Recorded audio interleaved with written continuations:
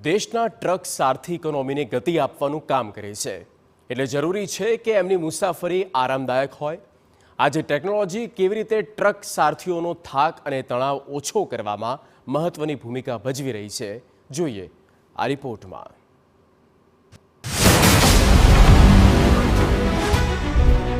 આજે ભારત દુનિયાની સૌથી ઝડપથી વિકસતી અર્થવ્યવસ્થાઓમાંની એક છે અને દેશની ઇકોનોમીને વેગ આપી રહ્યું છે ટ્રાન્સપોર્ટ સેક્ટર, જે નિર્ભર છે ટ્રક અને તેના જેવી મોટી કમર્શિયલ ગાડીઓ ચલાવનાર સારથીઓ પર। ઇકોનોમિક ટાઈમ્સના રિપોર્ટ પ્રમાણે દેશમાં આજે લગભગ 36 લાખ ટ્રક સારથી છે।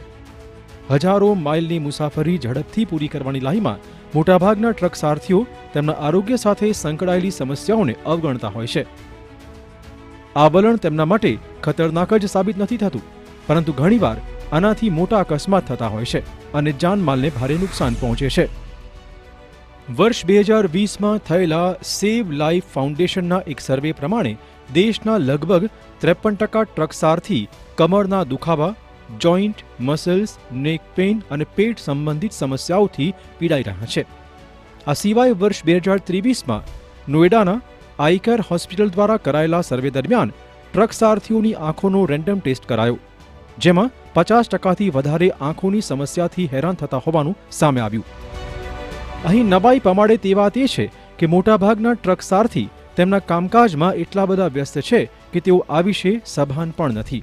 बहुत देर चलाते हैं गाड़ी तो आंख पर असर आता है, माथा में चक्कर आता है, पैर हाथ जो है सूजने लगता है। होता है कब कहीं रेस्ट करें, 2-4 घंटा रेस्ट कर ले, लेकिन जब गाड़ी में माल रहता है तो रेस्ट करने का टाइम नहीं मिलता है।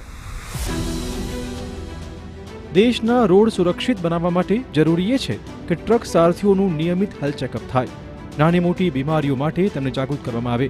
આનાથી માર્ગ અકસ્માતો પણ અટકાવી શકાય છે।